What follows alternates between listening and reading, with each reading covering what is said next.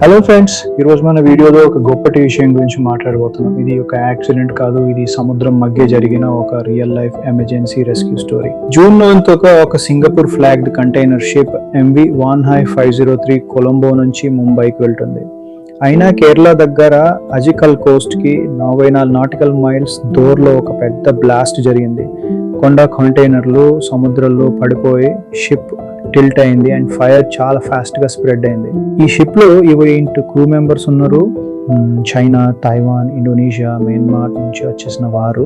Indian navy మరియు coast guard immediate గా respond చేసి ఆపరేషన్ స్టార్ట్ చేశారు. కోస్ట్ గార్డ్ షిప్స్ సముద్ర ప్రహరీ సచేత్, సమర్థ్ డిస్పాచ్ చేశారు.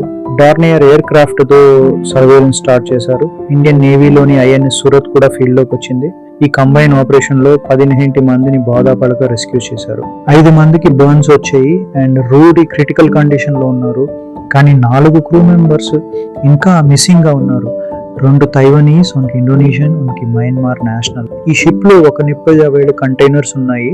అందులోని 43 కంటైనర్స్ లో డేంజరస్ కెమికల్స్ ఉన్నాయి. Flammable liquids, flammable solids, spontaneous combustion materials and cancer causing substances కూడా ఉన్నాయి. ఫైర్ ఇప్పుడు కంట్రోల్లో ఉంది, కానీ స్మోక్ లేదా ఎక్స్ప్లోజన్స్ ఇంకా జరుగుతున్నాయి. 10-15 డిగ్రీ వరకు షిప్ టిల్ట్ అయింది. 45 కంటైనర్స్ సముద్రంలో పడిపోయి డ్రిఫ్టింగ్ కంటైనర్స్ కేరళ కోస్ట్ కి రీచ్ అవచ్చని అలర్ట్స్ వచ్చేసాయి. మెరీన్ బయాలజీ టీమ్స్ ఇప్పుడు వాటర్, సెడిమెంట్, ఫిష్ శాంపుల్స్ తీసుకుంటున్నారు. ఎన్వైరన్మెంటల్ డేంజర్ చాలా సీరియస్ గా ఉంది.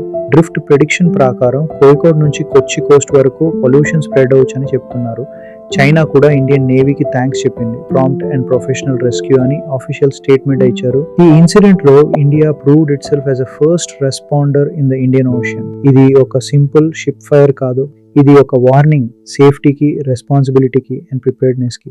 ఈ ఇన్సిడెంట్ లో ఇండియన్ ఫోర్సెస్ చెప్పారు, when lives are at risk, India always steps forward. Fire full గా కంట్రోల్ అయ్యాక మాత్రమే షిప్ ఇండియన్ పోర్ట్ లో డాక్ చేయడానికి పర్మిషన్ ఇవ్వడం జరుగుతుంది.